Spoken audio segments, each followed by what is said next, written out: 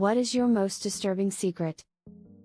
When I was a little kid, either 5 or 6 years old, I had gotten in trouble for throwing a TV remote at my sister. My dad is a very large and intimidating man.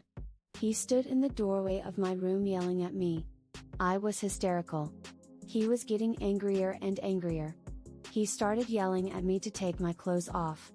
I took my shirt off. He told me to take my pants off too. And my underwear. I'm in the corner of my room crying, hysterical, afraid, and naked, staring up at this giant, angry, red-faced man. I stood there like that for a moment, when suddenly his anger instantly left his face, making way for shame. He dropped to one knee in the doorway and put his head in his hands and cried to himself, saying, "What am I doing? I'm a bad father."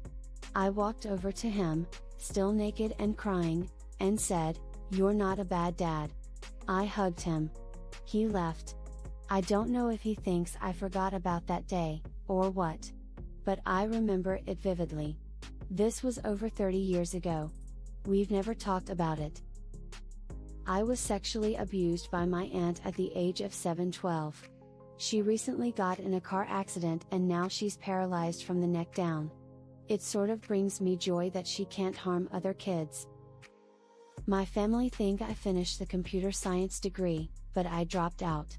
However, I've been working in the sector for about 25 years in a row without any trouble, and employers and colleagues seem to think that I'm quite competent. It's not disturbing per se, but for my parents it was a big deal that I finished my studies. My dad passed away 3 years ago without knowing.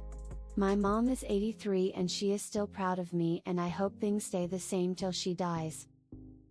My friend's younger brother took a dump in the litter box as a teen to see what it was like. Their mom, an RN, saw it and declared there is a human SHT in the litter box. Whenever anyone brings up anything litter box related, I think of this. A few years ago I used to work at Home Depot at the returns desk. It was mostly very elderly people who worked alongside me in our store.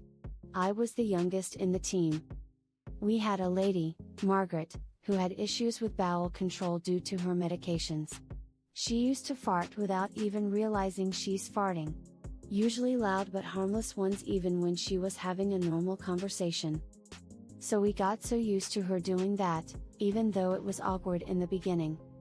One day we were having a team huddle and it started to smell like fresh a strong, then one more with different flavor this time. The manager dismissed the team. One of the team members murmured, "My God, Margaret, what was that?" "It was me. I did that, Margaret, I'm sorry," grimacing face. I have a serious skin picking problem. I can just sit for hours straight in front of a mirror and inspect every pore on my face, chest, hands. It's gotten so bad that I have little scars all over my face. But I literally can't stop doing it. My best friend is actually his uncle's kid. Apparently he confessed to it on his deathbed. The mum won't admit anything and he can't talk to anyone else in the fam about it. I hid the remote control to the living room TV for absolutely no reason at all, and kept it hidden for probably a week.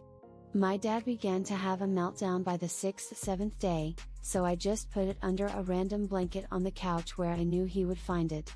What a weird kid I was. Before my dad died, he told me about my mother's affairs. One with his childhood best friend. I'll never tell anyone else. About 5 years ago, one of my first cousins started messaging me on Facebook, and I realized right away that he was being extremely flirtatious. I obviously dodged it but tried to do it in a sensitive way, and he wound up confessing to me that his older brother had SA'd him for years when they were kids. This man has a wife and children and lives a life that looks wonderful on the outside, and as far as I know, nobody else in the family has any idea what happened. His older brother also has a wife and children and lives a life that looks wonderful on the outside.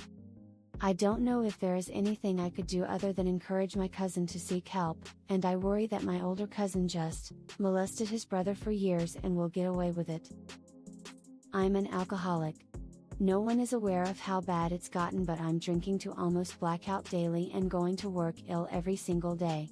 I still do my job fine, but the second I'm off it's all I want to do and I can't stop myself anymore. It's been like this for almost 2 years now. What I'm doing to myself while acting completely fine to everyone disturbs me, but I'm really struggling to get myself help. I brushed my sister's toothbrush over a soap bar when we were little because I thought that's what she did too. Sometimes my toothbrush tasted a little soapy. Never talked about it with anyone. First time writing it down. I walk around the house and monologue. Like, a lot. My husband passed away a few years ago. I tell everyone how much I loved him and only talk about the good times we had and how great he was. In honesty, I hated him for every bit of the 33 years we were together. He was so mean to me, both physically and mentally, every single day. He hid it well, and in front of anyone he was okay to me, but when we were alone he was terrible. I hated him so much. I live alone now and am just finding myself. I moved to a different state and have made new friends, and everyone seems to really like me, and I even like myself now too. It's been really hard to tell myself that I am okay. I have never said any of this out loud. I feel bad that I am happy he is gone. I was sexually abused from the age of 7-11 by a former family member. He's in jail now, but not for me coming forward, justice in some sort of way, I suppose. As a teen, I caught my parents' house on fire playing with pyrotechnics in the garage and then staged it to look like an electrical fire so I wouldn't get in trouble. I was regarded as the hero who put the fire out before it consumed the house. I was home alone at the time, but really, I was the cause. They had all of the electrical redone in the house as a precaution against another fire. I never came clean. I was abused mentally, physically and sexually from the age of around 15 years old by one person, who I thought was my best friend during the time. I'm 23 now and just finally coming around to the realization of everything that happened and why I have so many mental health and trust issues now, and I'm talking about it in therapy finally. As far as I know, my abuser is living a comfortable, happy life, and the only person that knows about this is me and my therapist. I regularly daydream about murdering one specific person. I go to therapy twice a month and have been doing that for 5 years, and even my therapist has no idea I have these thoughts. They're just thoughts I don't plan to act on,